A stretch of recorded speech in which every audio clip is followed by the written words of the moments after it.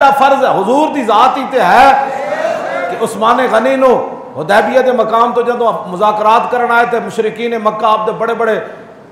जड़े मुशरिक सन हजरत उस्मान दे रिश्तेदार सन तो हुजूर ने भेजा ही इन्होंने तासी भाई उस्मान नाल ज्यादती कोई नहीं करेगा इन्होंने बड़े बड़े रिश्तेदार तो हजरत उस्मान गनी दे रिश्तेदार कहने लगे उस्मान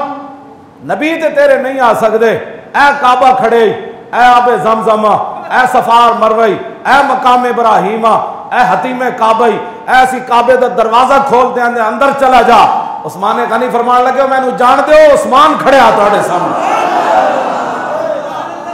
ए उस्मान खड़िया कोई 14वीं सदी का मुसला थोड़ा खड़िया क्यों जी हाँ ये उस्मान खड़िया फरमाया उस्मान जब तक हुजूर नहीं आएंगे काबे का तवाफ नहीं करेगा काबे के अंदर भी दाखिल नहीं होगा